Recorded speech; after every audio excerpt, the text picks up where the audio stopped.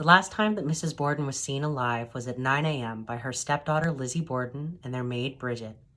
Now at this time, her husband Mr. Borden and her Uncle John were both out on the lake, and Lizzie's sister Emma was out of town entirely. Lizzie says that she was downstairs ironing handkerchiefs. Now the room where Mrs. Borden was killed is also the same room that her Uncle John stayed in the previous night, the John Morse room. Also, believe it or not, known as the murder room. It is actually our most requested room for overnight stays here at the Lizzie Borden house. There were no signs of a struggle in Mrs. Borden's murder, but it's not clear if she was attacked from the front and unable to defend herself, or if she was surprised from behind. However, we do know how many times she was struck.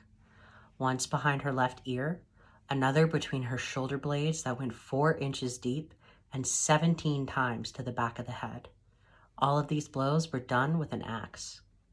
Eventually, her body was found lying face down in a pool of her own dried blood. They took her body downstairs to the dining room where they performed an autopsy. From the state of her blood and the contents of her stomach, they were able to determine that Mrs. Borden was killed at 9:30 a.m., a full hour and a half before the murder of Mr. Borden. If you look on the dining room walls, you can actually see a photo of Mrs. Borden face down in her own blood in the John Morse room. Fun fact, as fun as you can get with something this morbid, the photos of the Borden case crime scene is actually the first crime scene photos ever taken in the United States, which shows that not only is this an infamous murder, but a historical landmark that shows the beginnings of crime scene technology that we now use every single day.